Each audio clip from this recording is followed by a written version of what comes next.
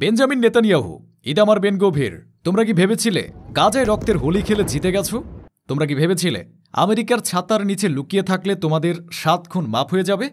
তোমরা এক বিরাট ভুল করেছ। প্রতিশোধের এমনই স্পষ্ট বার্তা দিল ইরান। যুদ্ধ এখন আর মধ্যপ্রাচ্যের মরুভূমিতে সীমাবদ্ধ নেই। সে প্রতিশোধের আগুন এবার পৌঁছে গেছে খোদ তোমাদের প্রভুর দোরগোড়ায়, আমেরিকার বুকে। যে ইরানকে আমেরিকা এবং ইসরায়েল নিষেধাজ্ঞা আর হামলা দিয়ে কোণঠাসা করার স্বপ্ন দেখছিল, সে ইরান আজ এক অবিশ্বাস্য দুঃসাহসিক চালে কাঁপিয়ে দিয়েছে ওয়াশিংটন এবং তেল আবিবকে। মার্কিন অঞ্চলে পৌঁছে গেছে ইরানের ইসলামিক রেভলিউশনারি গার্ড কোর বা IRGC এর সবচেয়ে ভয়ঙ্কর ঘাতক ইউনিট, যাদের হিটলিস্টে রয়েছে গাজায় গণহত্যা চালানো সেই সব শীর্ষ যুদ্ধ অপরাধীদের নাম। ইরান তাদের এই অপারেশন ডিভাইন জাস্টিস বা ঐশ্বরিক বিচারের 90% সফল করেছে। তারা অত্যন্ত সুকৌশলে এই যুদ্ধ অপরাধীদের প্রতিটি গতিবিধি, তাদের বাড়ির ঠিকানা এবং তাদের অপরাধের পূর্ণাঙ্গ তালিকা তৈরি করে তাদের জাহান্নামে পাঠানোর চূড়ান্ত মঞ্চ সাজিয়ে ফেলেছে। আর এই পুরো সময়টা বিশ্বের সেরা গোয়েন্দা সংস্থা বলে দাবি করা মোসাদ সম্পূর্ণ অন্ধকারে ছিল। মার্কিন গোয়েন্দা সংস্থা শেষ মুহূর্তের এ ছকের সামান্য আঁচ পেয়ে হয়তো কয়েকটি জীবন বাঁচিয়েছে, কিন্তু তারা যা আটকাতে পারেনি তা হলো ইরানের সেই ভয়ঙ্কর বার্তা, আমরা তোমাদের কসাইদের তালিকা তৈরি করে ফেলেছি, বিচারের দিন আসন্ন। তাহলে কি ইরান তাদের প্রতিশোধের যুদ্ধকে এক নতুন স্তরে নিয়ে গেছে, যেখানে তারা এখন আমেরিকার বুকেও ইসরায়েলি যুদ্ধ অপরাধীদের অপরাধের শাস্তি নিশ্চিত করা শুরু করেছে? এই ব্যর্থ অভিযানটি কি আমেরিকার গোয়েন্দা সাফল্য, নাকি এটি ইরানের পাতা এক ভয়ঙ্কর মনস্তাত্ত্বিক ফাঁদ, যা প্রমাণ করে মোসাদের নিরাপত্তা ব্যবস্থা পুরোপুরি ভেঙে পড়েছে? কেন ইরান ঐশ্বরিক বিচার কার্যকর করার জন্য মেক্সিকোকে বেছে নিল? আমেরিকার ঠিক পাশেই এই দুঃসাহসিক অভিযান চালিয়ে ইরান কি ওয়াশিংটনকে কোনো চূড়ান্ত সতর্কবার্তা দিতে চেয়েছিল? IRGC এর এই হিটলিস্টে আর কোন কোন শীর্ষ ইসরায়েলি জেনারেল এবং রাজনীতিবিদদের নাম রয়েছে? তারা কি এখন পৃথিবীর কোনো কোণেই আর নিরাপদ নয়?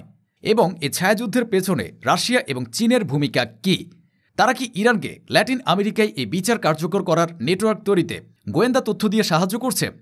এই সব প্রশ্নের উত্তর জানতে আমাদের ডুব দিতে হবে 21 শতকের সবচেয়ে বড় এবং দুঃসাহসিক গোয়েন্দা অভিযানের গভীরে।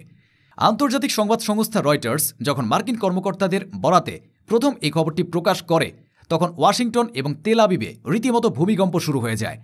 খবরটি ছিল সংক্ষিপ্ত কিন্তু ভয়ঙ্কর। ইরানের ইসলামিক রেভলিউশনারি গার্ড কোর মেক্সিকোতে নিযুক্ত ইসরায়েলি রাষ্ট্রদূত আইনাত ক্রাঞ্চ নিগারকে হত্যা করার একটি চক্রান্ত করেছিল, যা বানচাল করা হয়েছে। আমেরিকা এই ঘটনাকে ইরানের বিশ্বব্যাপী সন্ত্রাসী কর্মকাণ্ডের অংশ হিসেবে দেখানোর চেষ্টা করলেও পর্দার আড়ালে যে সত্য লুকিয়ে আছে তা সম্পূর্ণ ভিন্ন। এটি কোনো সাধারণ সন্ত্রাসী হামলা ছিল না, এটি ছিল ইরানের পক্ষ থেকে একটি সুপরিকল্পিত, সুনির্দিষ্ট এবং প্রতীকী শাস্তি কার্যকর করার মিশন, যার লক্ষ্য ছিল গাজায় চালানো গণহত্যার সাথে জড়িত শীর্ষ ব্যক্তিদের। 2023-24 সালের গাজা যুদ্ধের পর যখন ইসরায়েল আন্তর্জাতিক বিচার আদালত এবং বিশ্বের কোটি কোটি মানুষের আহ্বানকে উপেক্ষা করে গণহত্যা চালিয়ে যাচ্ছিল, তখন ইরানের সর্বোচ্চ জাতীয় নিরাপত্তা পরিষদে এক গোপন বৈঠক অনুষ্ঠিত হয়। সেই বৈঠকে সর্বোচ্চ নেতা আয়াতুল্লাহ খামেনির সরাসরি নির্দেশে IRGC এর কুদস ফোর্সের অধীনে একটি নতুন ইউনিট তৈরি করা হয়, যার নাম দেওয়া হয় ইউনিট 840, যার একমাত্র কাজ হল ইরানের শত্রুদের, বিশেষ করে ইসরায়েলি যুদ্ধ অপরাধীদের পৃথিবীর যে কোনো প্রান্তে খুঁজে বের করে তাদের শাস্তি নিশ্চিত করা। এই ইউনিটের প্রথম এবং সবচেয়ে বড় অভিযানের সাংকেতিক নাম ছিল অপারেশন ডিভাইন জাস্টিস। তাদের হিটলিস্টের শীর্ষে ছিল সেই সব ইসরায়েলি নেতা এবং জেনারেল যারা গাজায় সরাসরি বোমা ফেলার নির্দেশ দিয়েছিল অথবা ফিলিস্তিনিদের বিরুদ্ধে বিদ্বেষমূলক মন্তব্য করে গণহত্যায় উস্কানি দিয়েছিল। এই তালিকার অন্যতম প্রধান টার্গেট ছিল মেক্সিকোতে নিযুক্ত ইসরায়েলি রাষ্ট্রদূত আইনাত ক্রাঞ্চ নিগার। তিনি শুধু একজন কূটনীতিকই ছিলেন না, তিনি মোসাদের একজন প্রাক্তন উচ্চপদস্থ কর্মকর্তাও ছিলেন এবং গাজা যুদ্ধের সময় ল্যাটিন আমেরিকায় ইসরায়েলের পক্ষে লবিং এবং প্রোপাগান্ডা ছড়ানোর মূল দায়িত্বে ছিলেন। ইরানের চোখে তিনি ছিলেন গণহত্যার একজন মুখপাত্র। ইউনিট 840 এই অভিযান কার্যকর করার জন্য মেক্সিকোকে বেছে নেয়, যার পেছনে ছিল একাধিক কৌশলগত কারণ। প্রথমত, ভৌগোলিক অবস্থান। মেক্সিকোর সাথে আমেরিকার রয়েছে প্রায় 3000 কিলোমিটারের এক দীর্ঘ এবং প্রায় অরক্ষিত সীমান্ত। এখানে একটি সফল অভিযান চালিয়ে খুব সহজেই আমেরিকার ভেতরে প্রবেশ করা বা পালিয়ে যাওয়া সম্ভব। দ্বিতীয়ত, অপরাধ জগতের স্বর্গরাজ্য। মেক্সিকো বিশ্বের সবচেয়ে শক্তিশালী ড্রাগ কার্টেলগুলোর বিচরণ ভূমি। IRGC জানত যে অর্থ এবং অত্যাধুনিক অস্ত্রের বিনিময়ে এই কার্টেলগুলোকে যে কোনো ডার্টি ওয়ার্ক বা নোংরা কাজের জন্য ভাড়া করা সম্ভব। তৃতীয়ত, রাজনৈতিক সমর্থন। ল্যাটিন আমেরিকায় ভেনিজুয়েলা, বলিভিয়া এবং কিউবার মতো ইরানপন্থী দেশগুলোর শক্তিশালী উপস্থিতি রয়েছে। এই দেশগুলোর গোয়েন্দা সংস্থাগুলো আইআরজিসিকে লজিস্টিক এবং আশ্রয় দিয়ে সাহায্য করতে পারে। ইরান এই অভিযানের জন্য মেক্সিকোর কুখ্যাত সিনালোয়া কার্টেলের একটি অংশের সাথে যোগাযোগ স্থাপন করে। মিলিয়ন মিলিয়ন ডলার এবং অত্যাধুনিক অ্যান্টিট্যাঙ্ক মিসাইলের বিনিময়ে কার্টেলের ঘাতকরা ইসরায়েলি রাষ্ট্রদূতের উপর নজরদারি শুরু করে। তারা তার প্রতিদিনের রুটিন, তার বাসভবনের নিরাপত্তা ব্যবস্থা, তার গাড়ির নম্বর এবং এমনকি তার সন্তানদের স্কুলের সময়সূচি পর্যন্ত সংগ্রহ করেছিল। এই সমস্ত তথ্য তেহরানে আইআরজিসির সদর দপ্তরে পাঠানো হচ্ছিল।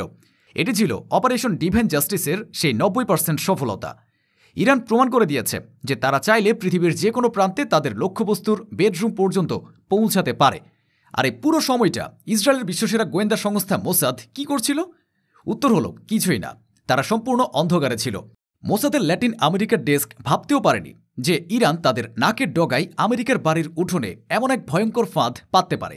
মার্কিন গোয়েন্দা সংস্থা ডিইএ মানে ড্রাগ এনফোর্সমেন্ট অ্যাডমিনিস্ট্রেশন, যারা মেক্সিকো ড্রাগ কার্টেলগুলোর উপর নজরদারি করে, তারাই প্রথম সিনালোয়া কার্টেলের কিছু অস্বাভাবিক আর্থিক লেনদেন এবং তেহরানের সাথে তাদের স্যাটেলাইট ফোন যোগাযোগের সিগন্যাল ট্র্যাক করে। এরপর সিআইএ এবং এফবিআই এই তদন্তে যুক্ত হয়। তারা যখন এ ষড়যন্ত্রের গভীরতা বুঝতে পারে, তখন ওয়াশিংটনে সাইরেন বেজে ওঠে। মার্কিন পররাষ্ট্রমন্ত্রী ব্যক্তিগতভাবে মেক্সিকান সরকারকে চাপ দেয় এবং একটি যৌথ অভিযানের মাধ্যমে কার্টেলের কয়েকজন সদস্যকে গ্রেফতার করা হয়। তাদের জিজ্ঞাসাবাদের মাধ্যমেই ইসরায়েলি রাষ্ট্রদূতকে হত্যার এই ভয়ঙ্কর পরিকল্পনাটি ফাঁস হয়। আমেরিকা এই ঘটনাকে তাদের একটি বিশাল গোয়েন্দা সাফল্য হিসেবে প্রচার করছে, কিন্তু তেল আবিবের নিরাপত্তা বিশ্লেষকরা এটিকে দেখছেন ভিন্ন চোখে। হারাজ পত্রিকার একজন প্রতিরক্ষা বিশ্লেষক তার কলামে লেখেন, আমাদের আনন্দ করার কিছু নেই, আমরা বেঁচে গেছি কারণ আমাদের প্রভুরা মানে আমেরিকা আমাদের বাঁচিয়েছে।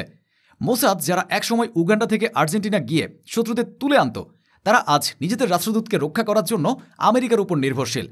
এটি আমাদের জাতীয় নিরাপত্তার জন্য এক চরম অপমানের দিন। এই ব্যর্থ অভিযানটি তাই ইরানের জন্য এক বিশাল মনস্তাত্ত্বিক বিজয়। এটি প্রমাণ করে মোসাদের নিরাপত্তা বলয় আর দুর্ভেদ্য নয়। এটি প্রমাণ করে ইরান এখন একটি বিশ্বমানের গোয়েন্দা শক্তি, যারা পৃথিবীর যে কোনো প্রান্তে তাদের ইচ্ছা কার্যকর করার ক্ষমতা রাখে। আইনাত ক্রাঞ্চ নিগার হয়তো বেঁচে গেছেন, কিন্তু এই ঘটনা ইসরায়েলের প্রতিটি রাজনীতিবিদ এবং জেনারেলের মনে এক স্থায়ী ভয় ঢুকিয়ে দিয়েছে, কারণ তারা জানে অপারেশন ডিভাইন জাস্টিসের হিট লিস্ট অনেক লম্বা। তেহরান টাইমসের সাথে সম্পর্কিত একটি টেলিগ্রাম চ্যানেলে সম্প্রতি কিছু বেনামি তালিকা প্রকাশ করা হয়, যেখানে দাবি করা হয়েছে এটি আইআরজিসি-এর সেই কুখ্যাত হিট লিস্ট। সেই তালিকায় নাম রয়েছে ইতামার বেন গভির, ইসরায়েলের কট্টরপন্থী জাতীয় নিরাপত্তা মন্ত্রী; ইউআব গ্যালান্ট, ইসরায়েলের প্রতিরক্ষা মন্ত্রী; হারজি হালেভি, ইসরায়েলি সেনাবাহিনীর চিফ অব স্টাফ, এবং এমনকি মোসাদ এবং শিন বেতের বর্তমান প্রধানদের নামও। এই তালিকাটির সত্যতা যাচাই করা সম্ভব না হলেও এটি ইসরায়েলি নেতৃত্বের মধ্যে এক অভূতপূর্ব আতঙ্ক তৈরি করেছে। তারা এখন বুঝতে পারছে তারা আর তাদের নিজেদের বাড়িতেও নিরাপদ নয়। আর ইরানের এই দুঃসাহসিক অভিযানের পেছনে নীরব দর্শকের ভূমিকা পালন করছে রাশিয়া এবং চীন। ওয়াশিংটন ভিত্তিক থিঙ্ক ট্যাঙ্ক আটলান্টিক কাউন্সিলের মতে, রাশিয়া তাদের GRU নামক সামরিক গোয়েন্দা সংস্থাকে ব্যবহার করে ইরানকে এই ধরনের টার্গেট কিলিং অপারেশনের প্রশিক্ষণ দিয়েছে। কিভাবে বিদেশি অপরাধী চক্রকে ব্যবহার করতে হয়, কিভাবে ভুয়া পাসপোর্ট তৈরি করতে হয় এবং কিভাবে পশ্চিমা গোয়েন্দা সংস্থাগুলোর নজর এড়িয়ে যোগাযোগ স্থাপন করতে হয়, এই সব কৌশল ইরান শিখেছে রাশিয়ার কাছ থেকে। অন্যদিকে চীন দিয়েছে প্রযুক্তিগত সহায়তা। তারা ইরানকে দিয়েছে অত্যাধুনিক ফেসিয়াল রিকগনিশন সফটওয়্যার এবং ডার্ক ওয়েবে যোগাযোগের জন্য নিরাপদ প্ল্যাটফর্ম। এটি চীন, রাশিয়া, ইরান অক্ষশক্তির পক্ষ থেকে আমেরিকাকে একটি স্পষ্ট বার্তা, তোমরা যদি ইউক্রেন বা তাইওয়ানে আমাদের বিরক্ত করো, আমরা তোমাদের প্রভাব বলয়ের ভেতরেই আগুন ধরিয়ে দেব। ইসরায়েলি রাষ্ট্রদূত হয়তো এই যাত্রায় বেঁচে গেছেন, কিন্তু এই ঘটনা একটি ভয়ঙ্কর সত্যকে বিশ্বের সামনে তুলে ধরেছে। ইরানের হাত এখন অনেক লম্বা। তাদের বার্তাটি অত্যন্ত পরিষ্কার, আমরা তোমাদের কসাইদের তালিকা তৈরি করে ফেলেছি, বিচারের দিন আসন্ন। ওয়াশিংটন এবং তেল আবিব এখন এমন এক শত্রুর মুখোমুখি যাকে আর কোনো সীমান্ত বা মহাসাগর দিয়ে আটকে রাখা সম্ভব নয়। যে শত্রু এখন শুধু ক্ষেপণাস্ত্র বা ড্রোন দিয়ে যুদ্ধ করে না, তারা এখন গোয়েন্দা, প্রযুক্তি এবং মনস্তাত্ত্বিক যুদ্ধকেও এক নতুন শিল্পে পরিণত করেছে। তেল আবিবের আকাশে আজ ঘুরপাক খাচ্ছে এক ভয়ঙ্কর প্রশ্ন, আইআরজিসির হিটলিস্টের পরবর্তী টার্গেট কে, এবং মোসাদ কি পারবে সে আঘাত ঠেকানোর আগে তাদের খুঁজে বের করতে? উত্তর যাই হোক, একটা বিষয় স্পষ্ট, ইরানের ঐশ্বরিক বিচার কার্যকর করার কাউন্টডাউন শুরু হয়ে গেছে।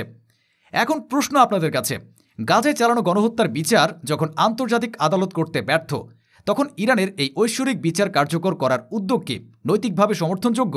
আপনি কি মনে করেন যুদ্ধ অপরাধীদের শাস্তি নিশ্চিত করার জন্য এই ধরনের চরম পদক্ষেপই একমাত্র পথ? আপনার সাহসী মতামত কমেন্টে জানান।